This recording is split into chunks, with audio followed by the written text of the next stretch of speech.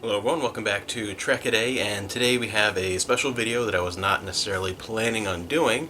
If you follow my other channel, you know that I went to thrift stores this morning and had a crazy good morning finding all kinds of stuff. I do that a lot on the other channel, but I had to split and do another video for this channel because half of what I found was a bunch of Star Trek stuff and really exciting stuff that I was like, this is great.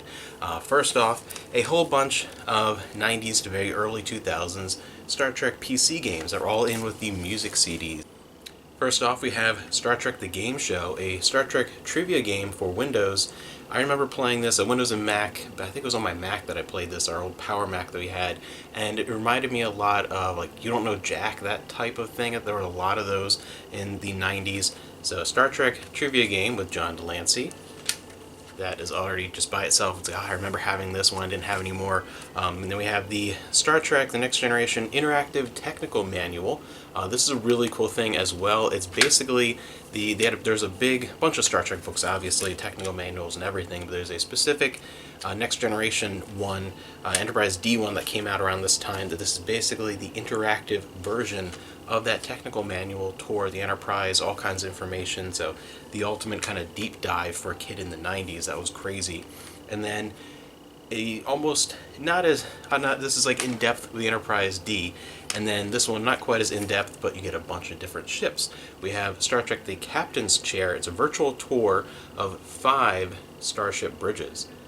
This is really cool. It's a very similar idea. Again, it's not quite as in depth on any individual ship as that crazy interactive technical manual. Thing's nuts. But you get a whole look, a bunch of different ones, including, of course, the Defiant here, one of my favorite Star Trek ships, right on the cover. So that's an exciting one.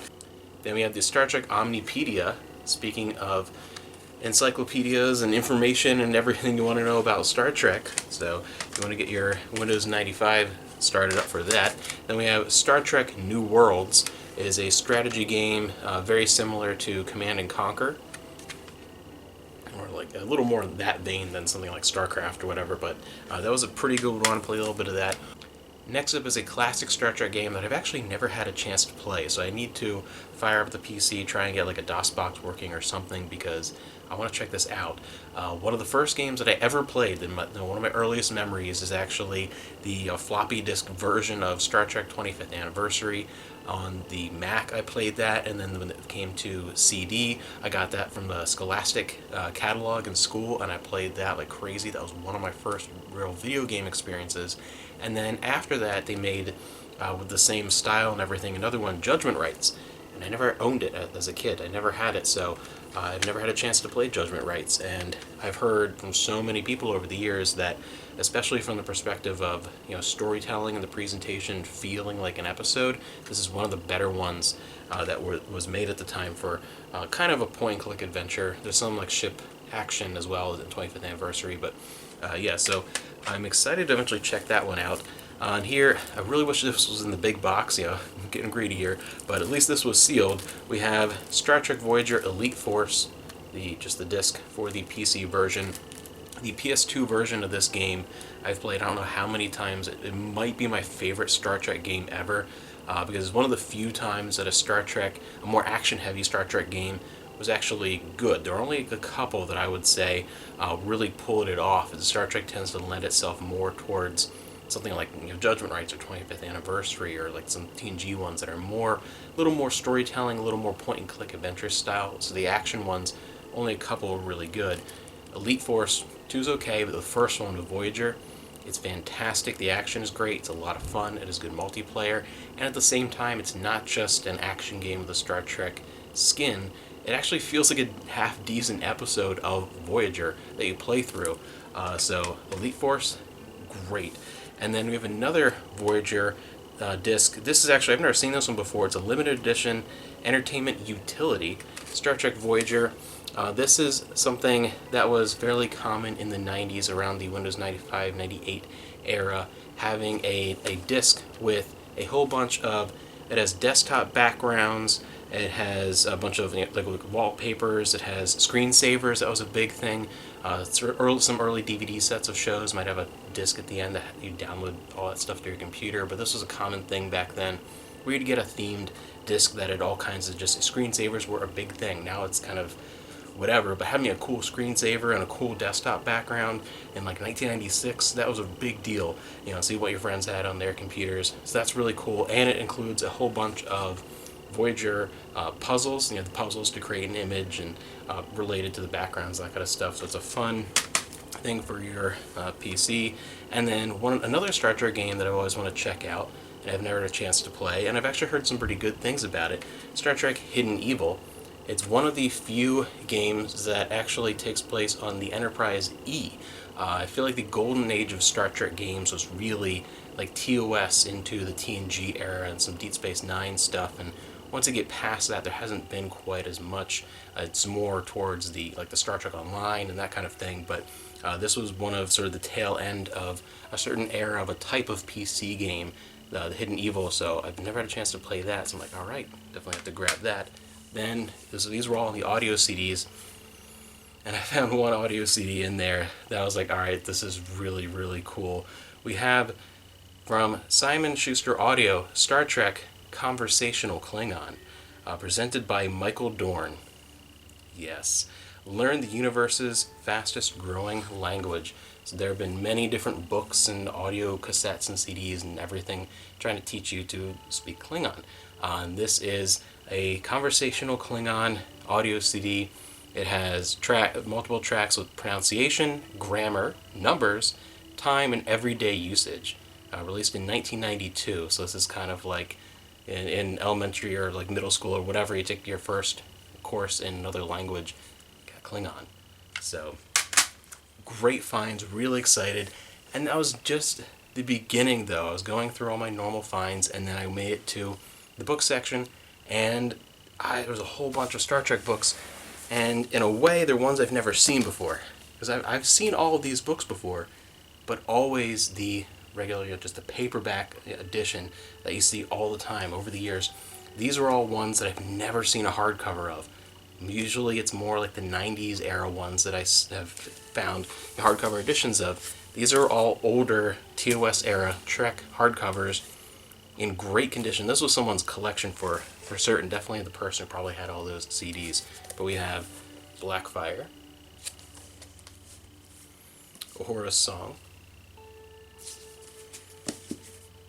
The Tears of the Singers, Triangle,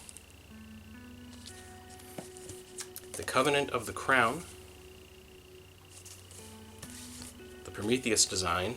Actually just read the paperback of that about a year or two ago for the first time. The Wounded Sky, The Final Reflection, The Abode of Life. I like this cover for that one. Ghost Walker, Mutiny on the Enterprise, and another one. I've read this one within the past couple years as well. Corona. So a great find. I couldn't believe how much Star Trek stuff I was finding at once. That's why I really feel like, especially with the way this thrift store is, this all had to come from the same person. It really did. It all lines up, and I kept looking like maybe there's more, maybe there's some Star Trek paperbacks, but man, this was exciting. Again, I've seen all these books before, but always in a later paperback edition. I've never seen the original hardcover, and in just such pristine condition for each one of them. That was a crazy find. But there was one thing I found that was my number one for the day. It blew my mind, and I was really excited. And this is actually something we're going to take a quick look at here. And in the future, this will be a whole video talking about the history of the model the ship is based on, and the ship and whatever. But I found an Eagle Moss ship. Man, I was looking around for see if there's any more of this guy's collection. We have the USS Saratoga that came with the booklet and everything, which the original model, it was the Reliant. It was reused many times, but this is the Saratoga specifically. Let's go ahead and take the ship out of the case.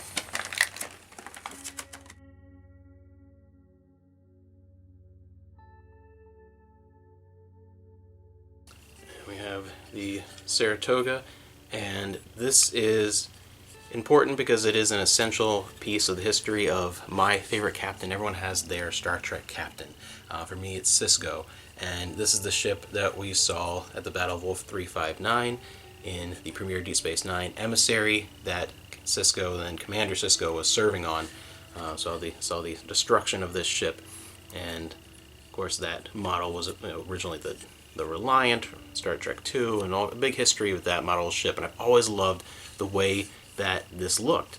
And this is just a fantastic Eagle Moss ship, and has the guide to go with it. It talks all about the history and the design of the ship and all kinds of pictures. And again, this will be a longer, in-depth video talking all about the Saratoga and everything. But yeah, just that was an amazing find today. I was really, really excited to find that. Again, this is one of my favorite starship designs. I love some of the more, like, as much as I love the classic look of the kind of swan neck of the more traditional ship design, especially the Enterprise, through like Enterprise D.